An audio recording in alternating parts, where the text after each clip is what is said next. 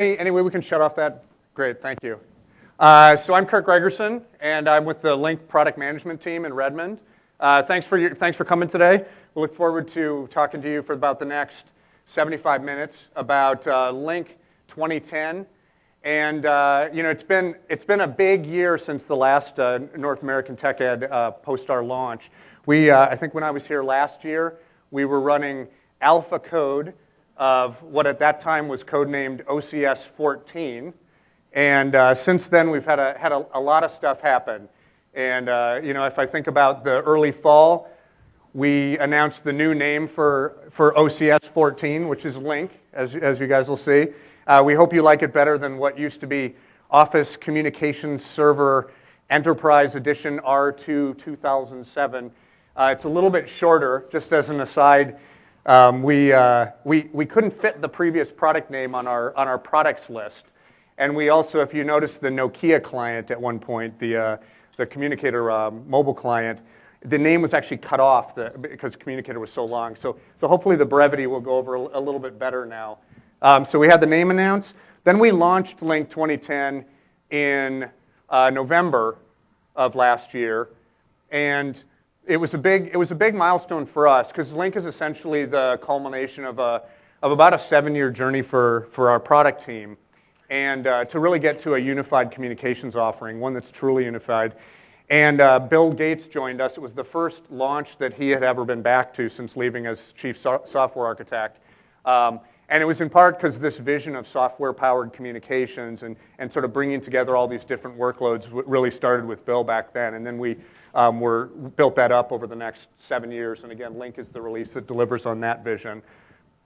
Then in February, some of you were probably at the industry event VoiceCon, which was another interesting milestone, renamed this year Enterprise Connect. In part, I think because the industry is really realizing that what used to be siloed decisions around telephony and enterprise voice generally actually are a much more core part of larger IT and software infrastructure decisions, that we really have to think about communications as part of UC&C or a company's collaboration and communication strategy generally. And so VoiceCon renamed itself to Enterprise Connect, in part reflecting that. And we announced a bunch of new things at VoiceCon or Enterprise Connect that I'll share with you today too, for those of you who weren't there.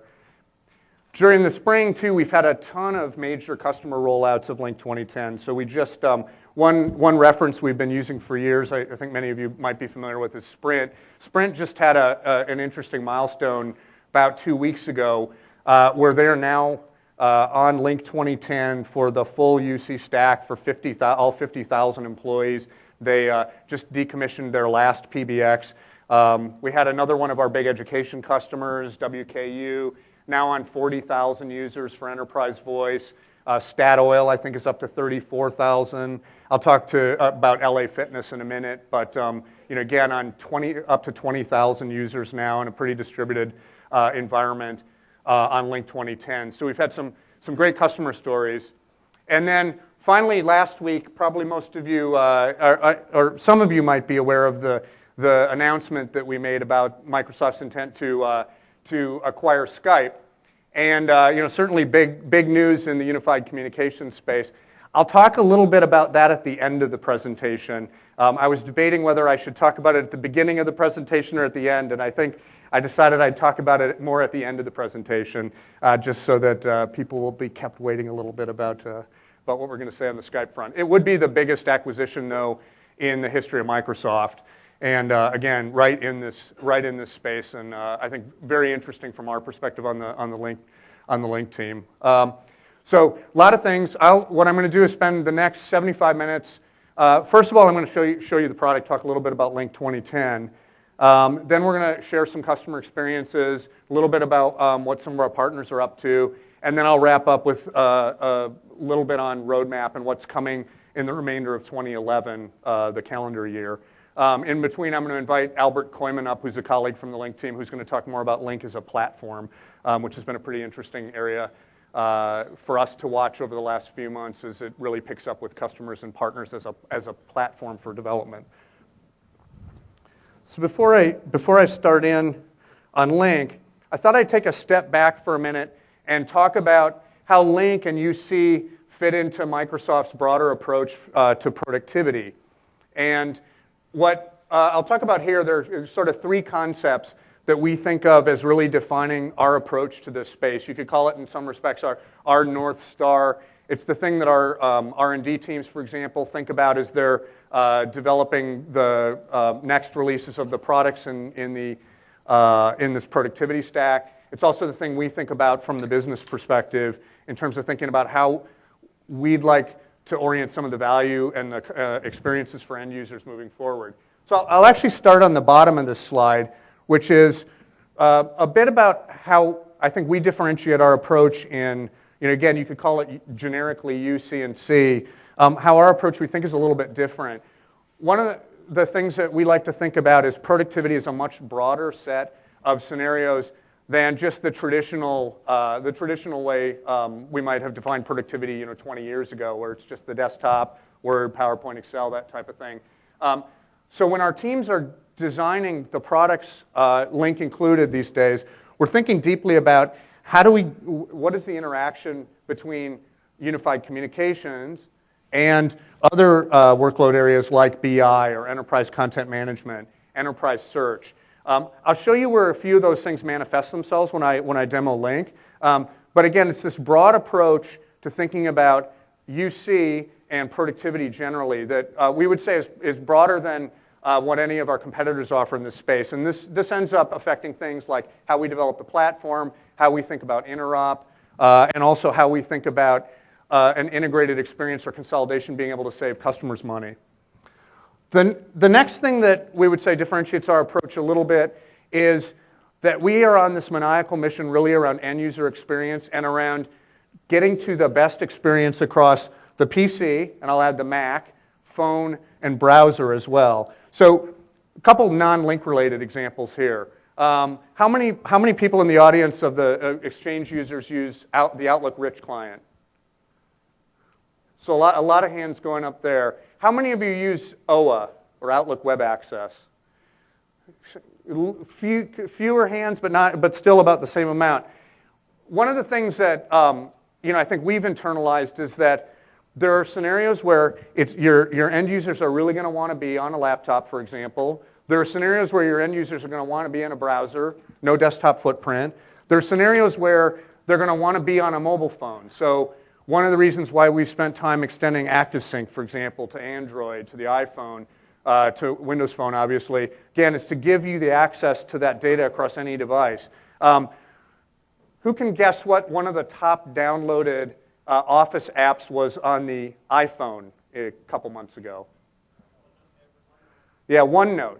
So a lot of people are surprised to know that when we released OneNote for the iPhone, it became one of the more popular downloads in the App Store.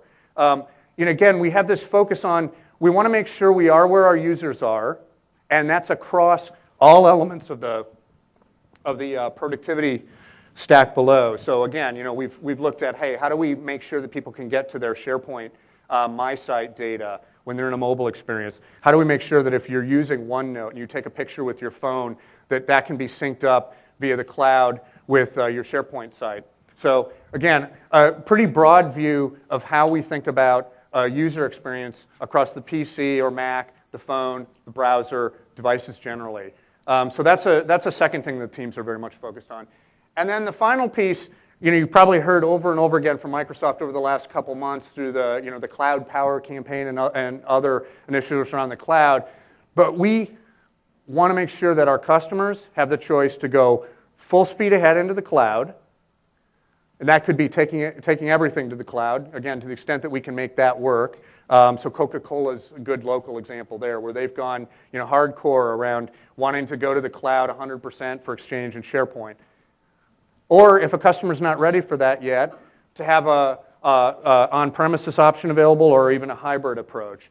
And again, I'll talk a little bit more about Lync and how this fits into the cloud story as I get into the presentation. But again, we want to make sure that customers have flexibility and choice in terms of how you approach the cloud and moving to the cloud over time. One of the statistics that we we think about quite a bit, for example, is for Exchange and Exchange Online. We think that within the next 5 years that probably 50% of our enterprise customers are going to be running Exchange in the cloud.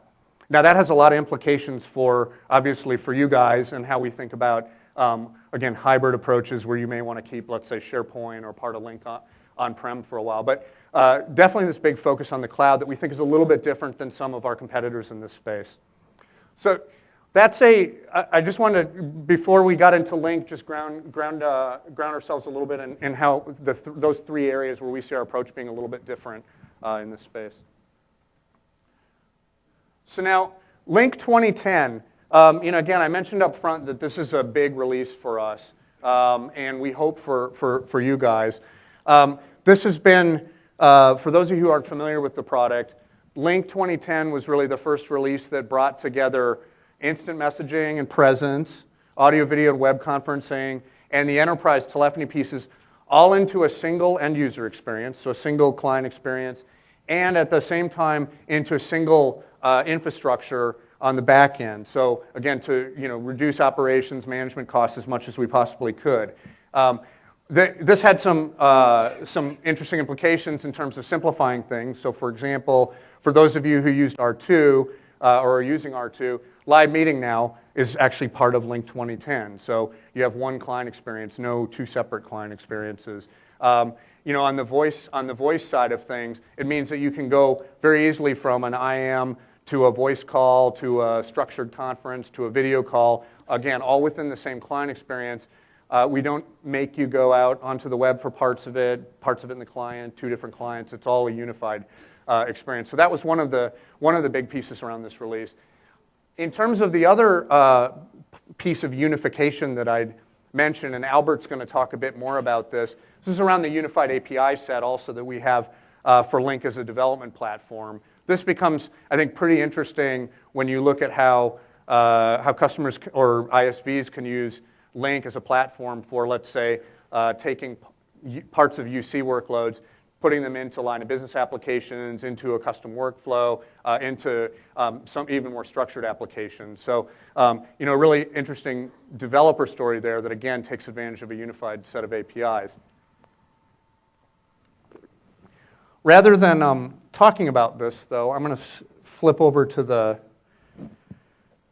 our demo machine, which I think is F, and just show you a little bit about this. Now, I know some folks in the room have probably seen a lot of Lync 2010 if you've been trialing it or have even deployed it. And it might be new for some others of you. So what I'll try to do is I'm going through the demo of the end user experience is point out a few maybe hidden gems or things you might not have noticed as a user that at least I personally have discovered over the last year of using Lync, first in alpha, then beta, and now in production. So the first thing you'll see is this is the Lync 2010 client for the PC. It's the first thing I think you'll notice is that it's gotten a lot more social and a lot more personal. And what I mean by that is that one of the things we've tried to do is incorporate elements of what end users love around the social experience that they get outside of work into Lync. And part of that is to help drive up adoption and usage. And we got an interesting case study I'll share in a couple minutes about that adoption and usage. But we're seeing some very interesting patterns change in terms of how people are using products like this and what they're using them for. You can see at the top here that I've got a little status update area, which initially people were, we found just using for example, your Exchange, if you're out of office, your Exchange OOF message will come up automatically, and you have sort of a persistent Exchange OOF message, or people might, say whatever's on their mind for the day. We've seen that evolve over time, though, where people are actually using that status, that update bar, to more proactively share information internally. So, interesting article comes out about a product that you're working on, actually embedding that URL up in the status update area. This has been, it's almost starting to function a little bit like an internal Twitter feed for people, which has been kind of an interesting thing to see. You have also, again, my presence that's automatically inferred from Exchange and Outlook in this case. I've got this area, which is new in the release, which is about being able to share my location. And in this case, because we haven't set up the network, obviously, at the convention center to auto-detect my location, I just manually put in that I was in B206 in the Georgia Convention Center. But if, picture you're on a corporate campus or in a large building, this can actually be set up to automatically infer where you are based on what Wi-Fi endpoint you're accessing, or a number of different ways to do this. So this becomes useful because, let's say I'm in another building. Folks on my team will know I might be running, late because they're seeing that I'm still present over in another building. It's also been very useful and practical in terms of being essentially the infrastructure on the back end that allows us to deliver the E911 services with this release, one of the important PBX features that we rolled out with Lync 2010. So the location's been a nice add too. Down here, you'll notice that we've added pictures, which can be pulled from a SharePoint My Site or from AD, or you can actually go up and put your own picture in if you'd like. We haven't found people being too creative with those yet, and again, you can control all of this through policy if you want. But again, it makes it a little bit easier. For example, if you've been in a meeting, and I know I met a Chris Johnson, but I don't remember what they look like. I can see who that person is, or let's say I just remember that their last name was Johnson, and I want to see if I recognize what the person, so I know what their first name is. The pictures just add a little personal touch there. You'll see in this part of the UI, so we're on the main kind of contact section. There's also a section where you can see people's feed updates, essentially, or their status updates as those change. This tab I would call the kind of the mother of all redials. Essentially, you can go into this and we can see the last set of either video calls, voice calls, IM exchanges that I've had, and then I can start up directly from within the context that I was in before. So for example, I was testing the Polycom connection with folks down on the floor right before we started. I could go right back into that configuration. And then last but not least, we added this concept of the dial pad to this release. Most people were finding just go straight to the presence bubble and the picture of the person to start a call, let's say. But for users that are more comfortable going to a traditional dial pad approach, we added this to make sure that people were comfortable with the product and shifting their experience over time. And there are little things like you can check the call, the audio quality in advance. Let's say the person's working at Starbucks, wants to make sure that before they start up a conference call that the wireless quality is okay. Redial, things you can do with the PIN. So a set of pretty common functionality that most users are familiar with. You'll also see here that I can automatically get to my voicemail from within Lync. So in this case, I opened it up to see the transcription that Outlook provides. But I could also just play it directly from Hi, Kirk. within Lync if I want to. One interesting usage pattern we've seen with voicemail is that folks are definitely using a lot less of it as we've transitioned to a client where they can either get to each other directly through the call or IM, essentially, as presence become more ubiquitous internally.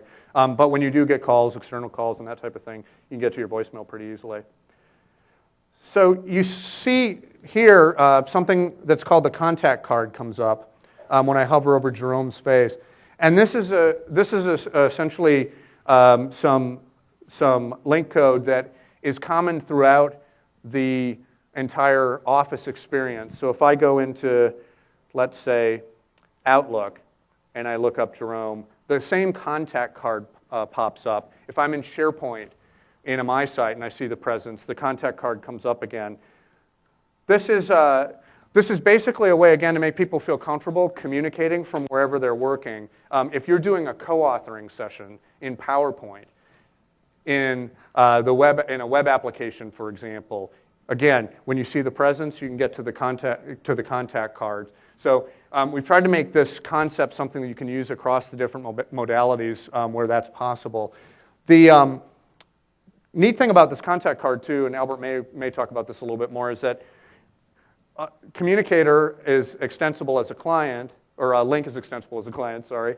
And this contact card is also extensible. So as a customer, you can add, let's say if you had some custom services that you wanted to put in there. I'll show you one in a second here with Jerome. In fact, we'll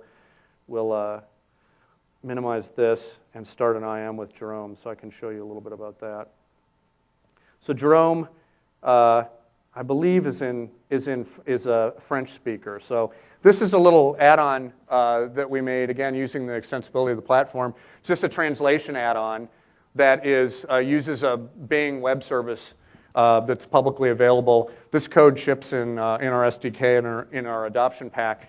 But it's just a little bit of an example of what you can do with some of the customization capabilities. So for example, hi Jerome.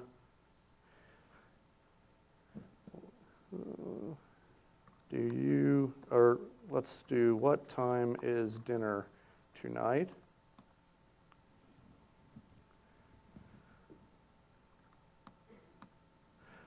So again, just a simple example of using a web service and having some additional code running on top of Communicator that you make a simple add-in for. We have all these add-ins have started bubbling up. We're seeing at customers who've wanted to experiment with them a bit, where you can do some pretty neat things. We have a mapping service we use on campus now through an add-in, some other ways that you can quickly get to a visual view of the gal. There are a whole bunch of things you can do here. And again, Albert will talk a bit more about this. Let's actually go to a video call with Jerome, just so we can see a little bit of how quickly that will work as well. Hey, hi, Kirk. Hey, Jerome, how are you? Good. So I'm going to go to full screen. Jerome's down on the show floor, and I think the first thing you'll notice is we have this nice, again, super simple to start a video call. Jerome on his end is literally just using $45 Microsoft HD webcam. I think you can get them down to, $20 these days. Where is that currency from? That must be the aqueduct in Italy. Is that? I don't hear you so much. I'm sorry. Oh, sorry, I was off mic. But I think one of the things that we've wanted to do with this release is make it really easy to take video and HD video into the hands of a lot more people in an inexpensive way. And so we have this nice experience that you can get just through Lync and on this end, on the HD end, a quad-core processor. Great. Hey, Jerome, I'm gonna leave you be and go back to the conference in a second. Okay. Okay. Great. I'll meet you there. Good.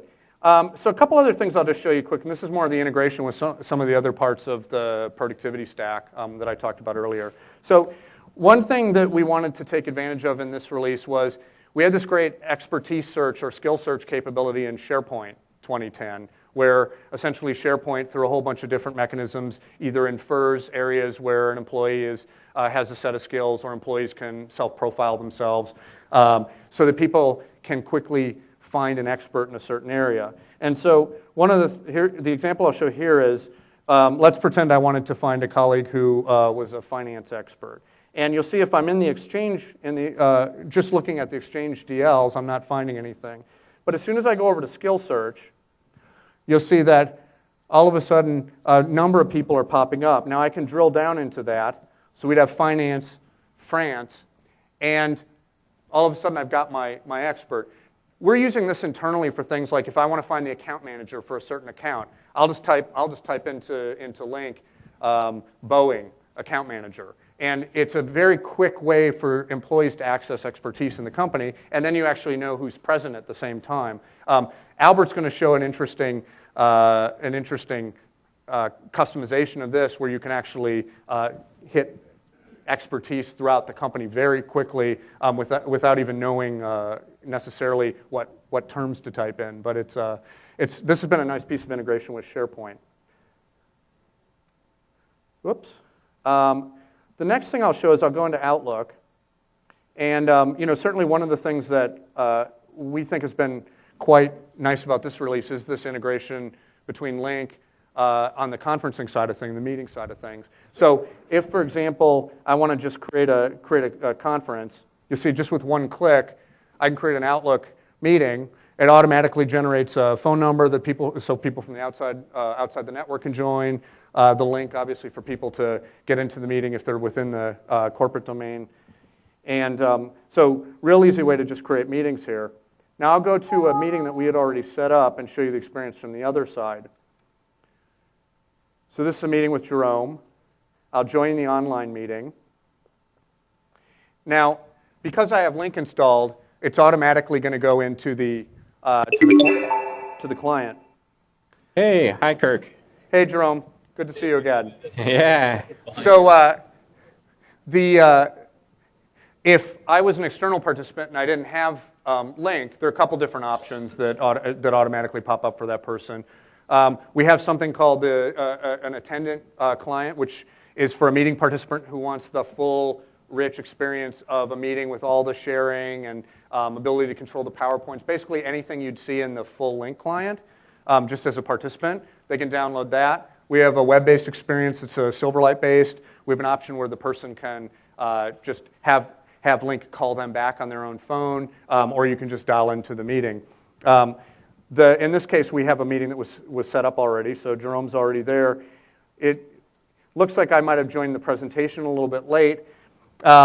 In this case, one of the nice things is, as a participant, I can actually take the PowerPoint, and let's say he was on slide 6, and I wanted to just go back through the slides.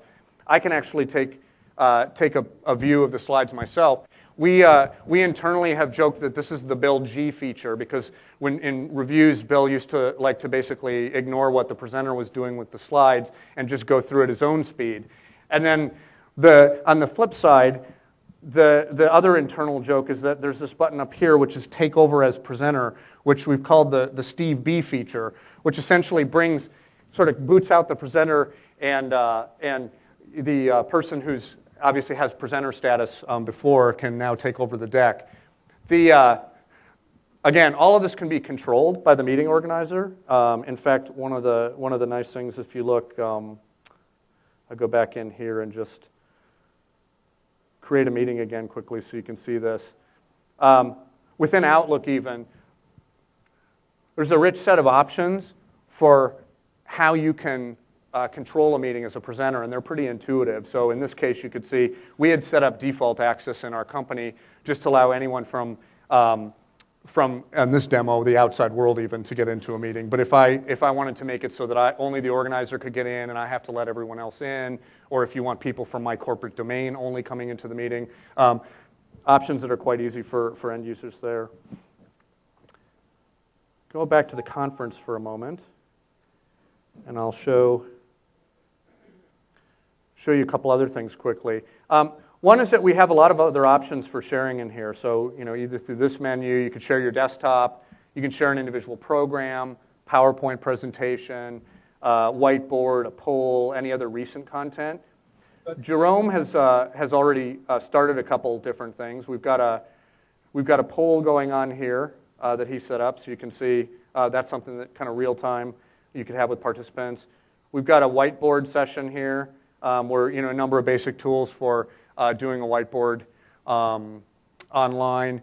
One of the tricks I think that we've been using a lot internally for, let's say you have a giant PowerPoint presentation for a meeting that you want to make sure people don't have to sit and wait to get access to. You can actually upload content in advance as the meeting organizer. So again, you don't have to do that on the spur of the moment. So a lot of good options there in terms of meetings. Another thing that people typically have liked that we've seen at customer sites once they get used to it is you can actually just drag and drop people into a conference or a meeting. So if I was in Outlook and I just grab the presence icon, drag someone into the conference, you can do the same thing from the Lync client. Last thing I'll show you on the conference is that you can also record the conference. And while this may seem like a pretty basic thing, so I just started recording, I'll stop it right there. You can see there's some UI where you can save it locally, or you could have it automatically published up to, let's say, SharePoint. I'll switch over for a second to what we call the recording manager. And you see right now, it's processing the recording I just made. But just so we don't leave Jerome hanging too long, Hey, Jerome, I'm gonna sign off again. Okay, You look good. cool. You look good down there. And thank you. I'll meet you very shortly. We'll meet you shortly again. So this is something that's become.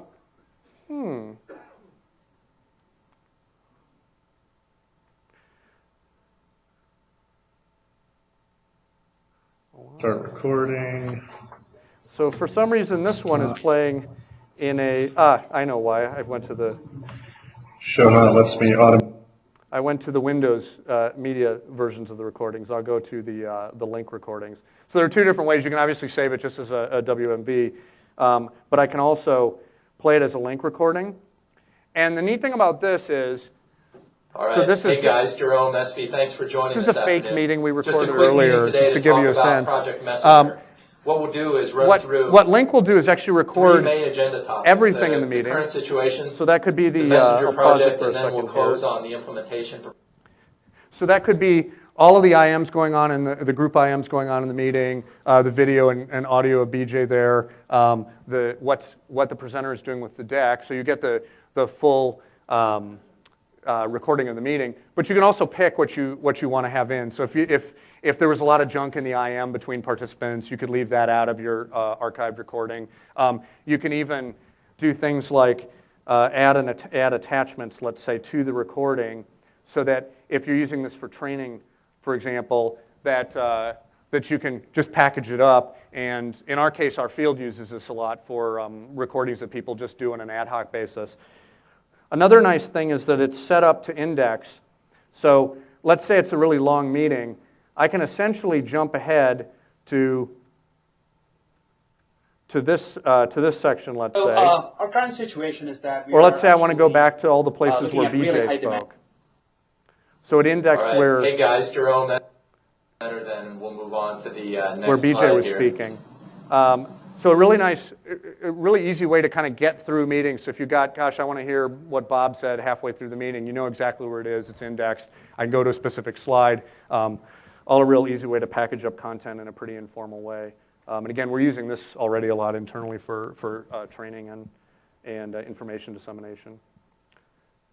So with that, I'm going to jump out of the Outlook piece and just quickly show you something that's coming a little bit later this year, which is some of what we're doing with the mobile devices.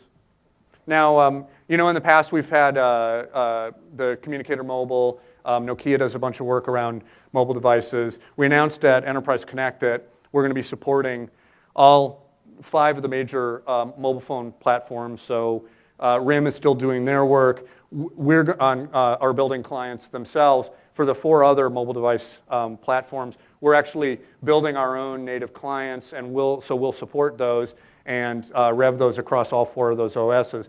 I'll show you the Windows view first, Windows Phone view. So this is just my phone, and if I go into Lync Mobile here, you get a view of the current code production. So you see my status. I have my view there. I can get to options. I've got my contacts. I could search for a contact if I wanted to find Jerome, for example. Oops. Well, my fingers are not working too well up here. You get the sense, or I can get to my previous conversations. Since I could show you, it's sort of obvious that we'll do this on the Windows Phone, though. I'll show you the current iPhone implementation.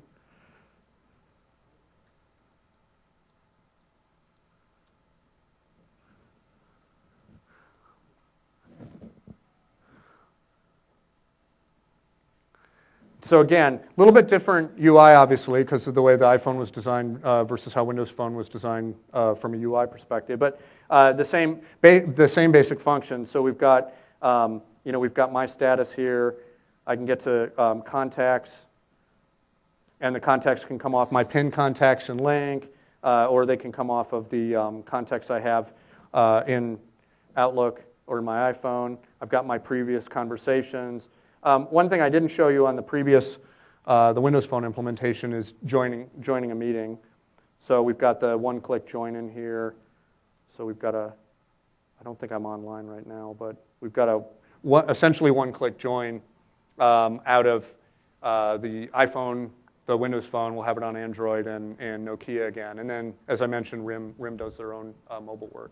So this is coming out this year and across all of those platforms. And we think we'll probably be the only vendor in this space that is supporting all 4 major mobile platforms natively and doing quite frequent revs on that. So now let's jump back to the deck quickly. And where was I? Now I'll talk a little bit about what we're seeing customers value most. And I mentioned a few of these a bit earlier, but certainly one of the big things in this space that is really compelling is just the hard, cold cost savings that you can get out of unifying communications. And some of these, we sort of all pitch in the industry. Obviously, travel cost savings, what you can do with audio conferencing, for example, by bringing that on premises. But I think one of the things we've seen with Lync in particular, given the way we've unified the infrastructure on the back end, you get a whole extra set of cost savings there. We also have essentially architected the soft phone and designed for the mobile user in a way that is less hardware dependent, more baked into the software experience, and also with more of the logic in the software as opposed to in the devices, so that essentially for mobile workers you can have a really great story just with the PC and a pretty cheap headset. So cost implications, you've got lots of them in terms of savings across the board. Certainly one of the biggest ones we're seeing with lots of customers is what you can do with facilities.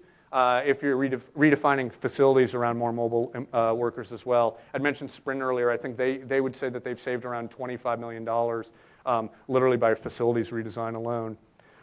The second area where customers are getting a lot of ROI is around the adoption of the tools themselves and how much quicker employees are getting to effective collaboration. I'll mention 2 stats there. One comes from Gartner, which I always find pretty interesting, and it was one of the things that we tried to design around, which is that about 10% of workers who have access to conferencing actually use conferencing capabilities, but about 85% of people want to use those capabilities. It sort of points to how hard it's been to date for people to really get their hands around doing collaboration through a lot of the tools in the existing market. We're actually seeing those ratios changing dramatically as we monitor Lync usage in Microsoft or in customers that we've been working with in our TAP. One of the other interesting data points we've noticed internally is that we used to have a 2-to-1 ratio of structured meetings or structured conferences to just ad hoc collaboration where people would just start up an IM and then do some desktop sharing. We're actually seeing that ratio flip now. So we have about 2 times more ad hoc collaboration sessions as we do structured meetings because people can get to each other so easily. They can see the presence and then just start up a quick conference.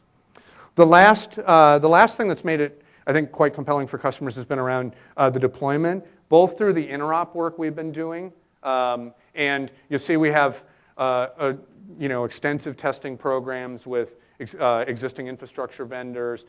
We have official interop programs with a lot of our both competitors and partners in this space. Cisco being certainly one of the biggest that we work with on interop. And then the extensibility piece that Albert's going to talk about, that's also made it easy to adopt the technology. So certainly some compelling things here at a high level. I'll just quickly talk through a couple customer examples. So for those of you who were at Enterprise Connect, George Bedar was there with us. He's the CIO of LA Fitness. LA Fitness has about 20,000 employees on Lync right now for everything from IM to essentially their phones. They have about 350 fitness centers spread out in the US and Canada. And I think one of the most compelling things they've found has been around this cost savings and the ROI on the solution. So we'll just play a quick. Lync is our platform, and we have about 20,000 users now on the product, and clearly it's starting to transform how we operate our business. As a result of doing all this, we've actually reduced our telecommunications costs by over $650,000 a year. We don't have any toll charges anymore. We don't have any conference charges anymore. And we don't have any variability in the different charges based on services provided by different people. Our costs are absolutely predictable, and it's really a great thing. Can we get a little more volume for the next one? I've got probably another 2 videos on this end. So certainly LA Fitness has found cost savings and ROI there. There have been a couple other interesting things that they've found. One is certainly that as they've rolled out the conferencing, they found their mid-level managers are communicating across their fitness centers a lot more frequently. They've actually found people are starting to share ideas in a way that they hadn't shared ideas before, which has been pretty compelling for them. They do this with a lot of video too, which they hadn't used as much in the past. So they find it's bringing their different clubs closer together. I'm going to jump ahead to the next kind of story about adoption. And we recently rolled out with the Commonwealth Bank of Australia. They're one of the largest financial institutions in Australia. And I'll let Mark tell their story for a second here. When we deployed Lync, it was the fastest take-up of any product that we've ever deployed across the business. Just pause and What see we if we can found, get... Is there something I'm doing wrong up here? We've got a little bit more.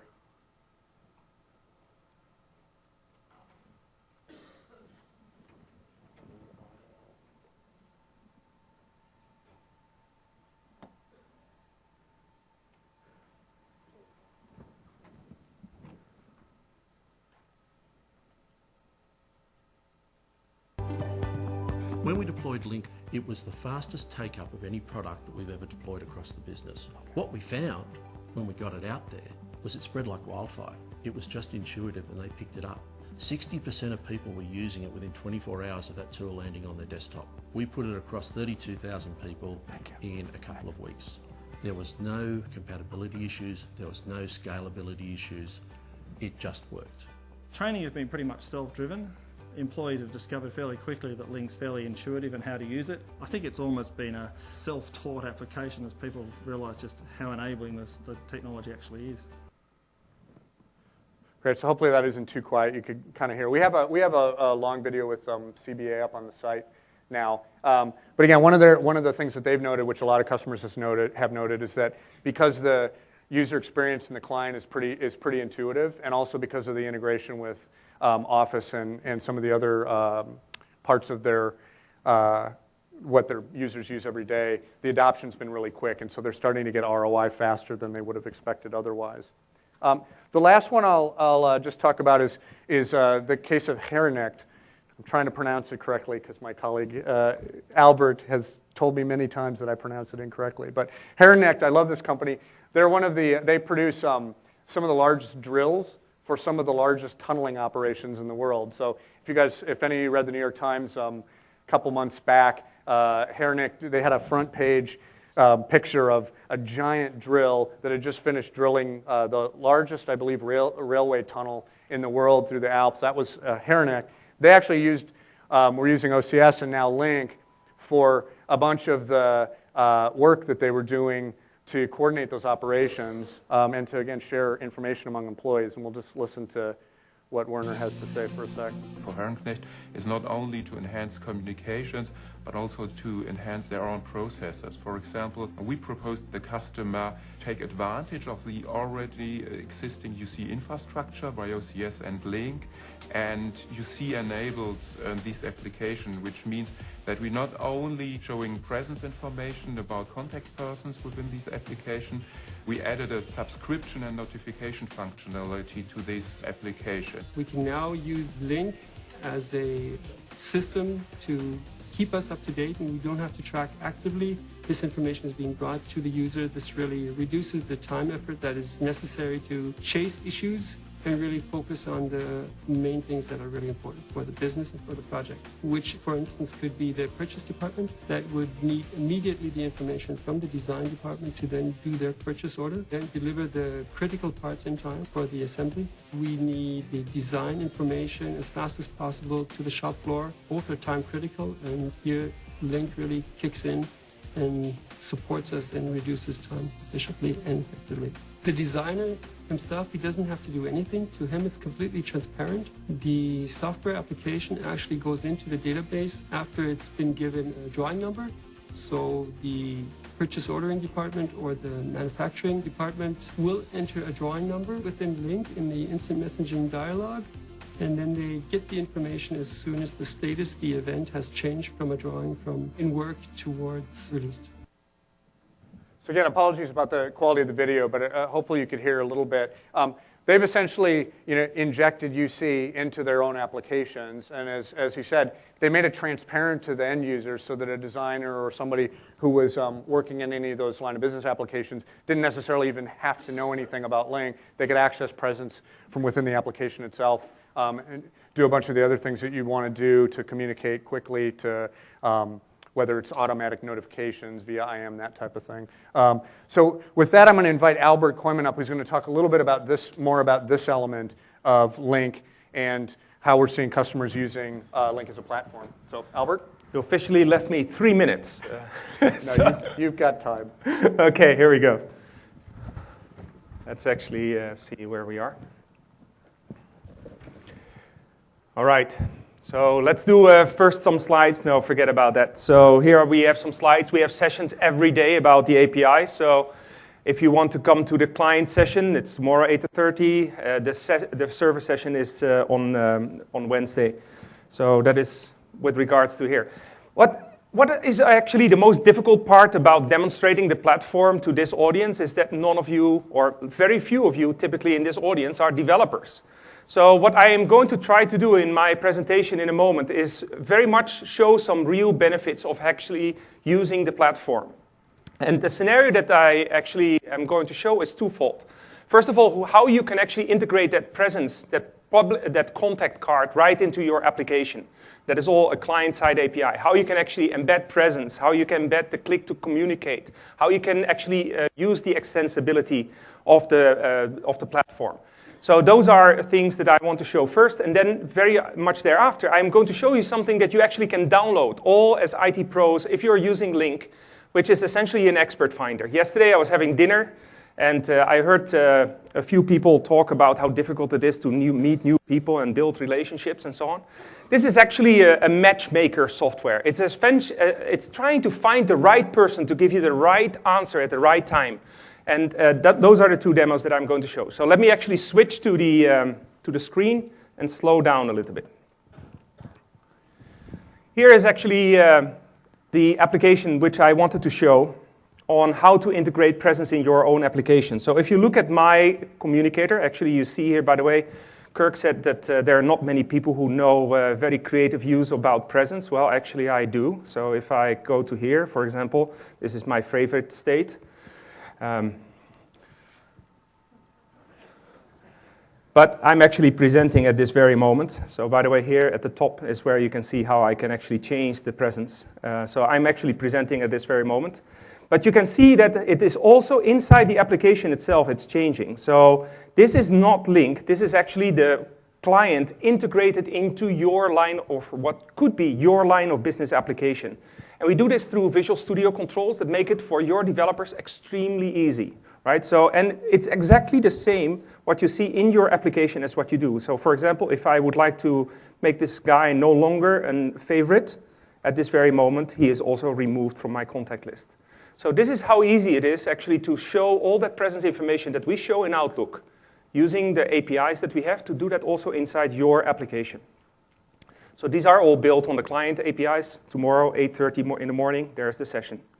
Now let me now actually show you something else.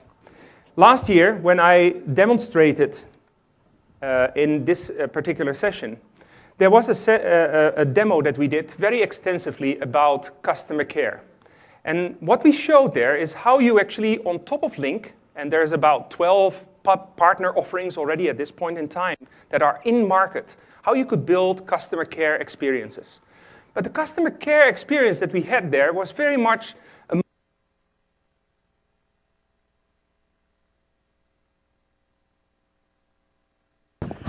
oh no, we are back. Okay. Jesus. This is not a very blessed demo. Anyhow, so this customer care that we showed last year is very much the traditional model, right? It is where you have a customer dial into a contact center, get an IVR on the line, and then the IVR asks you what you want, and then you could do the same also via web chat, etc., etc. Now, if you're looking what is really happening in the world, customer care is actually evolving. Because what do you guys do when you've got a problem that you need customer care for? Well, let me actually show you. You go to search. You typically go to Bing or Google, and you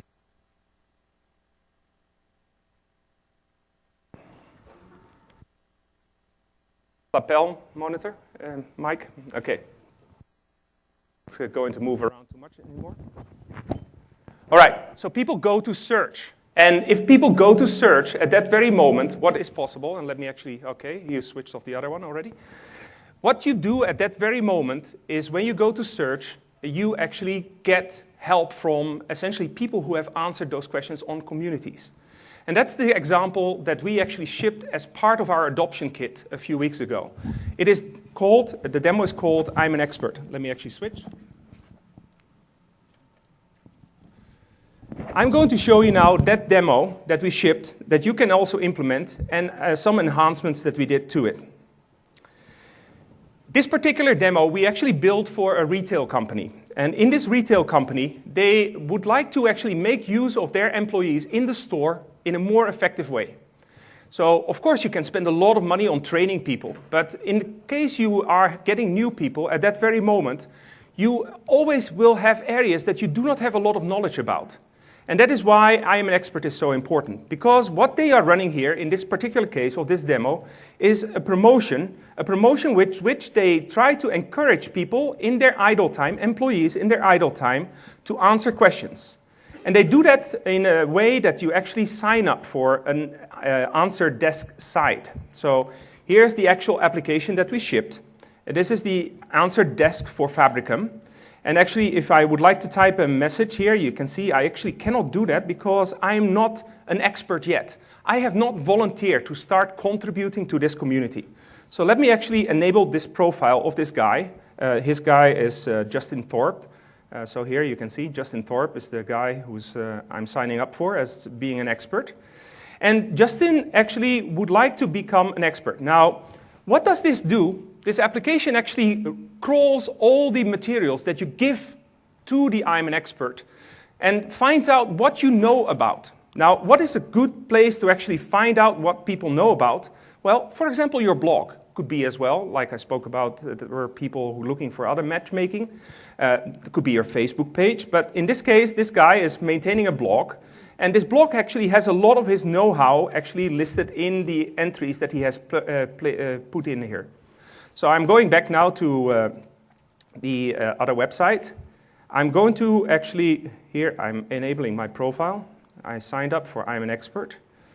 I'm going to put this blog in here as my expertise. I could have put in words as well, but blog is actually more flexible. I would not like to have any limit because I would like to win this incentive. I would like to reveal, and you see you have all these options to be configured. My identity, I would like to make them available for other people to consult later. I would like to reveal my identity, and I show my name. And at this very moment, I'm signed up. And when I'm signed up, actually, it means that other employees who have a question about a specific topic can ask me questions. Now, in this particular case, I'm therefore popping up a second employee who is called Carrie. Now, Carrie has a question. So she goes to this answer desk. She's signed up already, so she is entitled to ask questions. So, for example, which WP7, Windows Phone 7, supports DLNA? If you don't know what DLNA means, you can use our feature. So, and then she actually can ask a question. Now, at this very moment, there is a question being asked, and it finds the expert. So here on this side, you will get the IM. This is the Justin Thorpe, who is getting the IM. Which phone support DLNA? Okay, I'm an expert on that. So yes, I would like to answer this question. So now I can say hi. And then at this very moment, on Carrie's side, you actually see the same. So Justin is willing to help you. There are two of you are now in a conversation. I can actually see all the phones, so the question already, so I don't need to repeat it anymore. And I can say all LG phones answer this. And then at this very moment, the other person in the store is being helped. And it's as simple as that, right? So the fact that I was having a blog in which I had an entry on DLNA, namely how you look it up on the website, I don't have time to explain. But nevertheless, you could have explained this here, and you could have said bye. Okay, you can say thanks, and you can say bye. And now comes the other interesting part. In order to actually do a little bit of quality control, you are asked to actually rate the answer. So in this case, the guy did not give really the phone by an exact number, but it says just LG phone, so I give him a 4, not 5. And at this very moment, this person has been helped by just using what we call internally something called crowdsourcing. So you look for the expert based on all the information that you have inside your enterprise, and you are able then to help this customer. Now, this is, of course, very interesting for internal scenarios. And everyone here in Microsoft, we have got thousands of people signed up for this already. And we actually do a lot with this information. So if you go to this application, I'm an expert, what you can see, for example, is not only who is winning the prize. So at this point in time, Lucas Keller is doing it. But you can also see all the questions that have been asked. And you can actually edit them, you can view them, and you can actually build up an FAQ using this whole system. But what is, of course, more interesting is if you actually go and try to connect this to the outside world. So in this case, the outside world, of course, is not a Lync user. So you need to build in something inside, and this is custom built. This is actually built by one of our partners, one of those 12 partners that is offering contact center, in this case, Clarity Consulting. So if I go to store, not to Facebook, store, fabricam.com. Now this is the outside world. I spoke about that most of the questions to customer care actually do not start with a call to the customer care center. They start with an actual search. And in this case, if I'm having questions about, for example, how to do media sync in Windows Phone 7,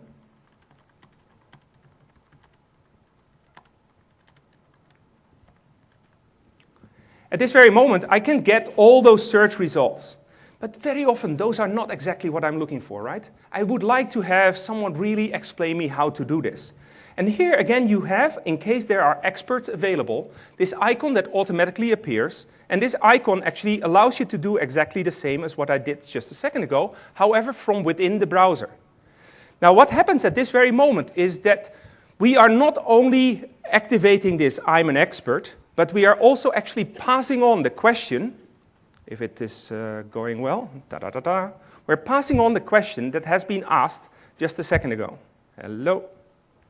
Let's try to do it one more time. Here we go, ask an expert. This is Justin, who is still signed up as an expert. Would you like how to do media sync in Windows Phone 7? Yes, I would like to answer that question. And of course, you can then see how back and forth. This doesn't work. I can say hi. Let me see if it works here now. One way or another. Always goes wrong. Anyhow, so I could have chatted here in complete HTML with the other side, and I could have answered the question. Again, this is how you actually can deploy the platform for a very common scenario where you actually are trying to find an expert. If I go back to the slides, you will actually be able to see that you can download this. Oops.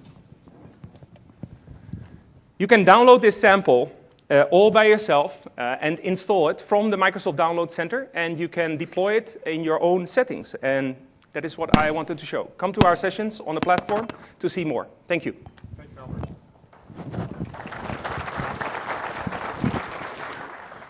So one of the customers you saw earlier, LA Fitness, is using a variation of this internally now. And it's one of the ways that their end customers are getting questions to the managers quickly. And it's been, George Bedar was telling us that it's been quite an interesting experience for them because they've actually been able to resolve problems much more quickly than they had traditionally been able to.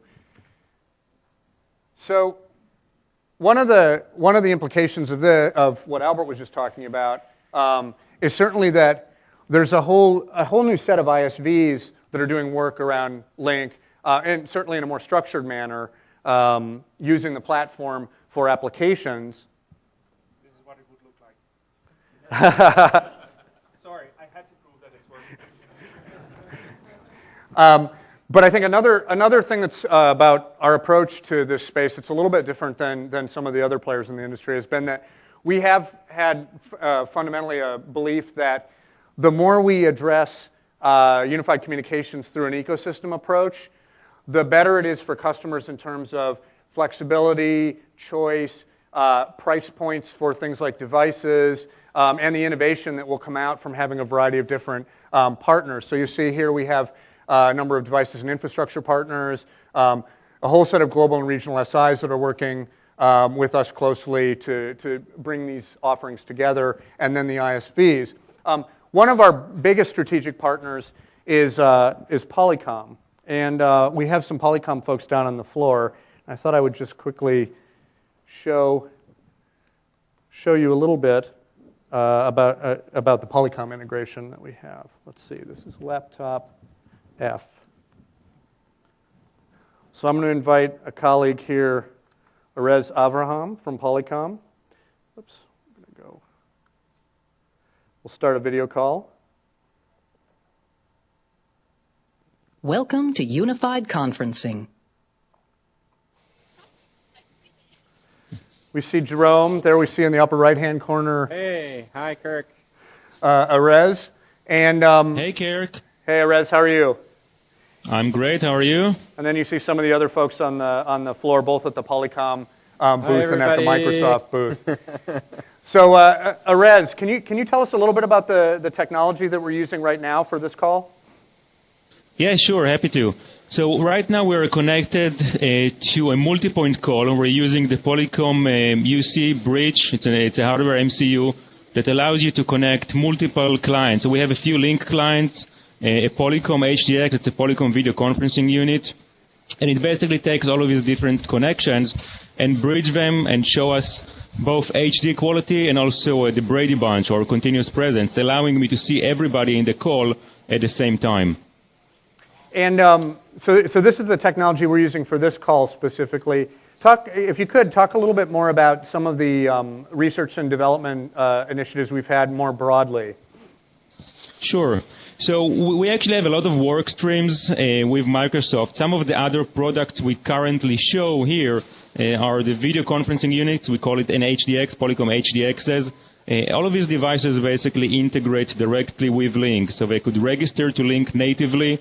They support RTV and CCCP, so I can just use them, just like a Lync client, supporting all of the video and audio features you're familiar with from a Lync client, whether it's a multi-point or using the AVMCU, online meeting, etc. We're also working on, of course, we have today IP phones, the CX phones, also known as Aries phones, again, integrated into Lync directly. We are working with Microsoft on a bunch of other products. We actually have here a technology demo of a Lync-based conference room solution, and you're welcome to stop here at booth 649 and experience that. It's a very interesting product. Also working on, additions for the roundtable, the CX 5000, and a few other endpoints. Great, thanks, Erez. Yeah, as he mentioned, there are a couple newer products that they're testing and want to get some feedback on down at the booth as well. We have the Polycom phones and the IP phones from other partners as well down at the Microsoft booth. So we'd encourage you guys to take a look at those as well. So, hey, thanks for making the time for this call. We'll Absolutely. talk to you in a little bit. Thank you. Thank you. Sounds good. Bye. So, we have, you'll see down at the booth, we have phones from Astra, phones from Polycom. We have a large line of headsets right now. In fact, for those of you who are following the devices space around the R2 launch, we have about 2x the number of devices already that we had with R2 since the Lync launch.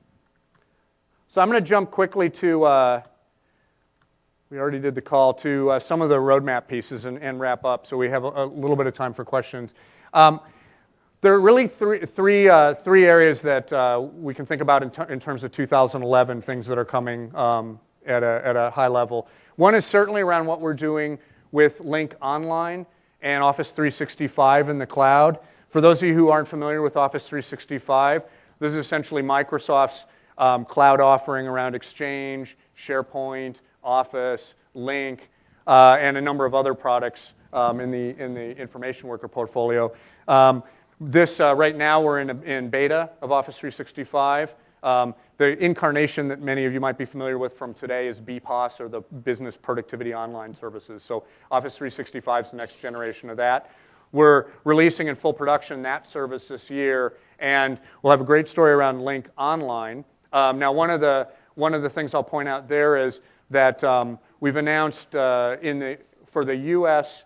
and for the U.K. a pilot around more robust online voice that's going to be happening later this year. Today, though, the offering is IM and Presence, PC-to-PC audio and video, and then the conferencing piece with a number of different ACP partners that we have. So again, for customers who are interested in the full UC experience, including the enterprise PBX replace level voice, what we do in this offering is that's an on-premises implementation that can then work against Exchange Online or SharePoint Online. Obviously, we also have a bunch of partners who are doing private cloud implementations, and we have a multi-tenant hoster offering coming out this fall as well. So a lot of options there with increasing levels of voice options in the cloud, although not at the PBX replace or at full enterprise telephony level for some time.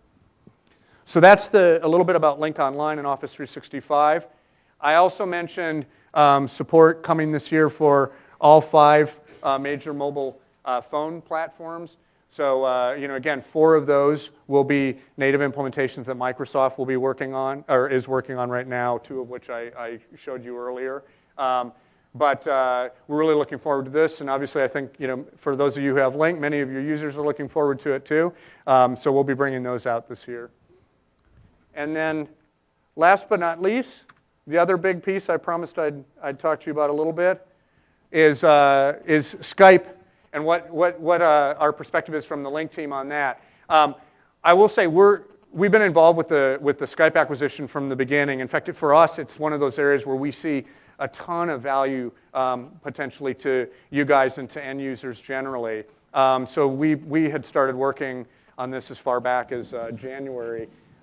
The things that we find quite interesting are, Skype, as you all know, has this great consumer product, great network, great consumer brand, lots of usage, and very satisfied users at that in the consumer and SOHO space. So we've got, I think the stats that Steve pointed to publicly last week were about 170 million unique users in any given month, about 600 million subscribers. They have, I think, about a 40-50% usage of video at any given time versus just the voice experience. So really interesting world there. Obviously on the Lync side, it's been built from the ground up to be an enterprise class UC solution. And so we see this interesting opportunity to marry the two. So you've got the possibilities around the networks coming together. So, sort of that federation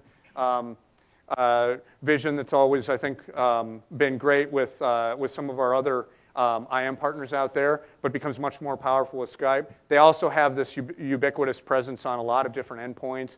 There are a lot of interesting possibilities there. And then finally, just the commitment that it shows at the Microsoft corporate level to this space, to unified communications. Obviously, the Office division's invested a lot in enterprise UC over the last couple years, but this really takes it to a whole new level for Microsoft. We are in a regulatory review period right now for this, probably will last for the next 6 months or so. So you're not going to hear a lot or any really forward-looking statements about integration potential and all of that. We literally can't talk about this because of the regulatory review period. But we did want to give you a sense for what we think the possibilities could be for Lync, and just reiterate that we think it'll bring great benefits for you guys as enterprise customers, as well as for Microsoft in the consumer space as well. So with that, I think I will just wrap up. We have